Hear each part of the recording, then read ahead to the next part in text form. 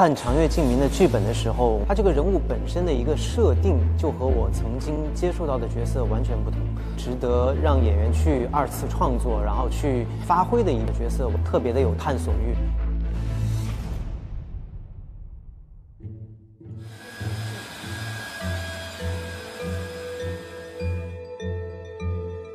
当自己真的成为了澹台烬的时候，我发现其实能够在这个角色上赋予的灵魂也好，赋予这个角色的一些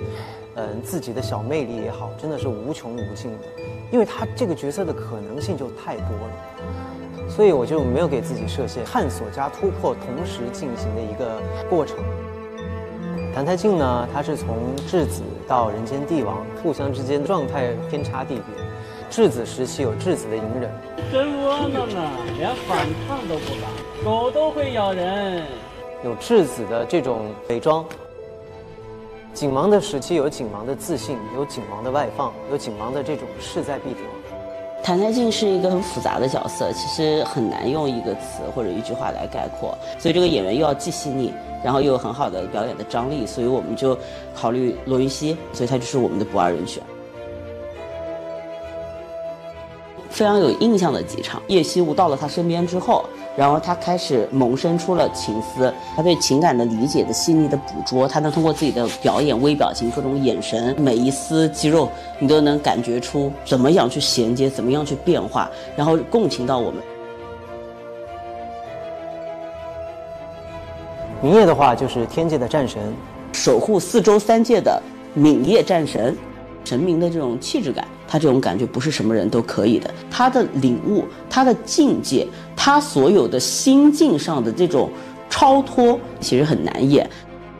因缘际会，他被赵幽真人捡到了这个仙门，更加共情了3界众生所有的情感，变成了能够共情世间万物大爱的守护苍生的这么一个人。他是没有办法直接挣脱命运，去逃避命运，他只有直面命运，去成为魔神，才能超越魔神，斩断魔神的计划、魔神的阴谋。他不想做魔君，但是命运驱使他要做魔君，放在心里这个过程很准确，把握着他自己要的地方。人物的跨度就特别的大。魔神的时期有魔神的这种游刃有余，又有魔神的这种蔑视一切，特别是上古魔神，他和魔神状态的澹台烬对峙的那场戏，4、5页纸的戏，然后其实都是我自己在和自己对话。吾唱出了同悲道，当这世上不再有侵夺2气之分，世上便再无罪孽，再无痛苦。我一人之死，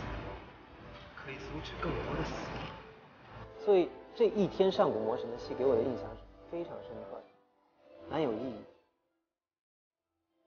就是每一种状态，每一场戏都非常的重要。所以说，在这种高强度的工作下，你一定要在前期把这个人物的各种状态吃透，然后你才能在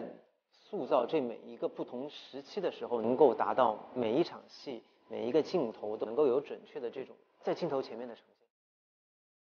现。其实我觉得罗辑是一个很专业的演员，大的场口他都会自己先做好功课，他会知道这种演，他的有他的自己东西之后，跟他结合在一起，怎么结合？这相当好，这行业是这样的。因为我们俩不是第一次合作，玉琪很认真，他会有很多自己的想法提出来，我们在现场会有一些碰撞。真的特别感谢给我的很多灵感，就是天欢和明夜的戏之后，我其实对这个角色也有了更深层的理解。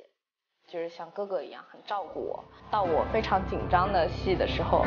经常在现场会讨论。西哥呢是一个非常有想法的演员，配得上塑造的角色也好，或者赞美也好，因为真的是非常专业的演员。我自己就是一个很喜欢打戏的制片人，罗老师他有很好的这个舞蹈的功力，所以他的协调性、他的这个力度和美感，它是兼具的。我感觉整个的对于戏的描写，画面感太强大，有非常大的发挥空间。